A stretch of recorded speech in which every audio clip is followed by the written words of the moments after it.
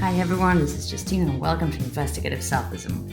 I must say, today's topic is, I know I always say that, but it is a big one and it very nicely encompasses other topics that I've already talked about in my podcast or written about in my articles. Yes, there are articles in addition to this podcast.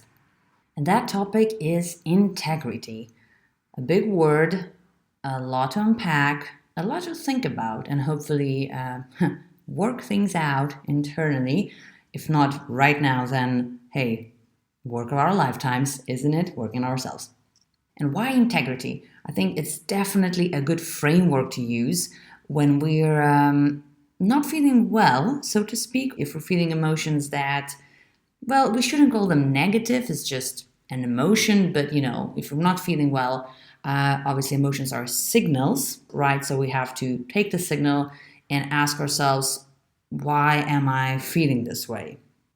And integrity is a good framework to use to try to answer that question. I'm not saying it's the only framework to use, but I think it's definitely a very powerful one. But what is integrity in general? In short, we can describe it as being true to ourselves, being aligned with our principles by being, acting in a way that's aligned with our principles, because we can always think that we have principles, but unless they're tested, we don't know how we're going to act, right? So being true to yourself. I like another word, congruence. That is once again being aligned when your values align with your behavior. We can say when your self-image aligns with your actions, right? So acting with integrity. To simplify, being true to yourself, being authentic, being the you that you want to be. So yes, we can say acting with integrity is great. You should feel good about yourself. You're being true to yourself. That sounds lovely. And it is. But the bad news is that it's usually really tough. Or it's tough to be behaving, to be acting with integrity always, of course. And that's the goal. That's something that we aspire to. But I think it's healthy to admit that not always I'm acting with integrity. And usually if I don't, I feel bad. Once again, that emotion is a signal. And let me give you some examples. Situations where you might not feel good about yourself. So for example, if I see myself as a good friend, I'm probably not going to be feeling great or even good about myself if I, for example, avoid a tough conversation. That's why, once again, integrity is tough. It requires us to do hard things sometimes. But as Glennon Doyle, an author and an overall cool lady and activist, as she would say, we can do hard things. And we can. Another example, very much from, a telenovela, is if you cheat on someone. If you're not feeling good about it, that's probably because you don't see yourself as a cheater. You don't see yourself as someone who cheats. And notice here, I am a cheater and I have cheated. I've had an episode recently on the difference between shame and guilt, if you've listened to that one, right? So I am a cheater. Me, I am bad. Shame, I have cheated. I've done something bad. That's guilt. So obviously, if you do something that doesn't align with your values, at least don't shame yourself for it. Feel the guilt, but not the shame, if that's possible. Because it's very much reflected in your language when you think about it. And hey, do I have 3 episodes on just language called What's Your Language series? Yes, I do. So when I said at the very beginning of this episode that this one, integrity, relates to other topics that I've covered, I meant it. I acted with integrity. But yes, so these are very obvious examples. And of course, you can think of, sadly, many in your life when you didn't feel well because of something. And if you use that framework of integrity, it's quite likely that it actually explains things to you. And I think sometimes it's easy, and we've all done that, to sort of try to fix things on the surface without addressing the main cause or one of the main deeper causes of some structural behavior that might not be aligned with your values, right? So you might change small things, change something on the surface, but if the very behavior you're engaged in is against your values, I'm not sure how much better you can feel. And it sucks to say, because I think we've all been there in a situation when You're sort of maybe lying to yourself, or you're trying to fix small things without addressing the big thing, a job situation, a relationship, a weird friendship, and even your relationship with yourself, which is only the most important relationship you have in your life when you think about it. So for example, maybe I think of myself as this super active, always energized and very enthusiastic person, and this is how I actually want to be, but I don't move too much. Granted that I have the ability to move, of course. I don't move too much. I don't exercise. I don't go on those hikes that I claim that I love so much. I don't have what I would call a structure for myself to be a person like that. And I talk about that in my episode on habits and how we create certain structures to match, to fuel, and to maintain a certain, hopefully positive identity that we want to keep.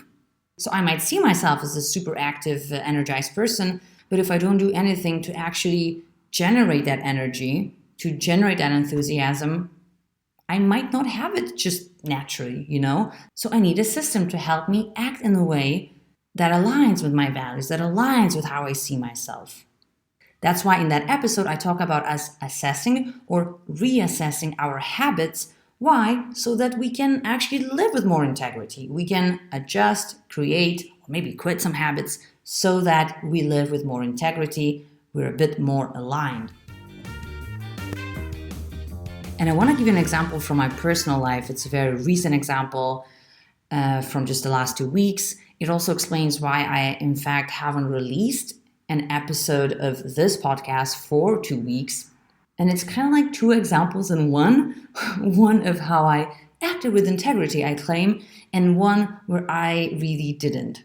So the example of me acting with integrity is that I actually have another podcast. I have this political project, as I call it, because I'm actually trained in political science. I've worked in that area. I've been writing my political analyses for many years now. And something happened recently in the region that I know a lot about, and the region that I've researched, that I've studied, that I've been writing about, where I actually happen to live now at the moment.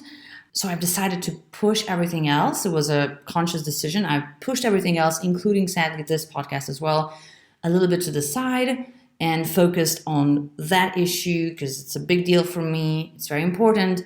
And I thought, with my life experience, with my studies, like my education, formal education, my research, my experience as a political commentator, let's say, so my academic, professional, and personal ties to and a knowledge of the region, for me, not to say anything or not to say more, actually, at that time, not to sort of up my game and focus on that, push many things aside and prioritize that, talking about it, writing about it, releasing podcast episodes on it, it would have been me not acting with integrity.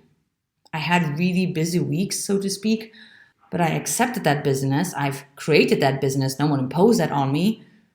Because not talking about it, not doing anything would have been way more painful than that business and me being a little bit tired. And thinking about integrity in this example is such a simple yet efficient framework. So my questions would be, why do I choose to do this? The language of choice. One of my episodes, I choose to do this. No one's forcing me. Why do I choose to do this? What's the price of my inaction? That is another episode that I have. But if I don't do it, how will I feel?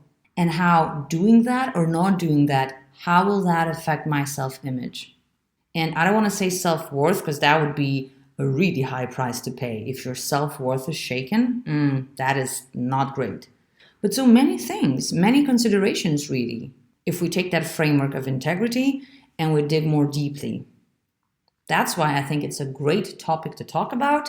It's a great, powerful framework to use to analyze ourselves, to notice, to identify what's wrong when we feel that something is not right.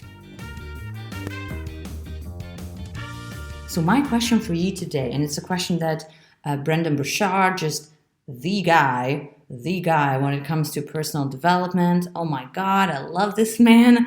I'm going to put some links and tags in my article, in my post, though he is really famous. But if you don't know him, what a discovery. Anyway, as he says or asks, okay, what's the next step? What's the next step of integrity for you right now?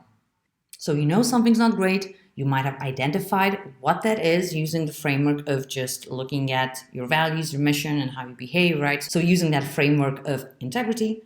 And the question is, what's your next step of integrity? What is that for you? Is it setting better boundaries? Is it speaking out more for yourself and others? Is it maybe quitting something? Is it committing to something new? Maybe it's a specific goal you have to make. Maybe it's creating a structure, habits, systems to be kinder to yourself. So I really don't know what that step for you is, but if you use that framework and if you're honest with yourselves, you might know. You might see it more clearly what that step is. And who knows, maybe it's not just one step, maybe you can see the whole path. That would be great, wouldn't it? But what's the first step? And hey, I've mentioned just a couple minutes ago that this situation revealed a couple of things to me. One, it was a good example of how I acted with integrity. And there was another one that was a bit negative.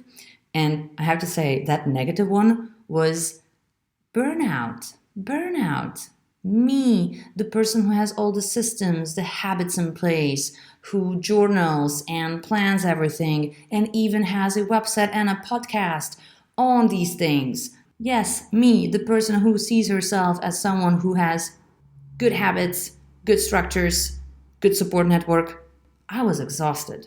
I've realized this is not sustainable. This is actually really bad. So, yeah, there was definitely a misalignment between my self-image and the values that I think I have and how I behaved and didn't consider certain other things. So that's a funny thing to share, and also an indicator that I should do an episode on burnout, because these episodes, you guys, seriously, they are for you, but they're very much for me as well.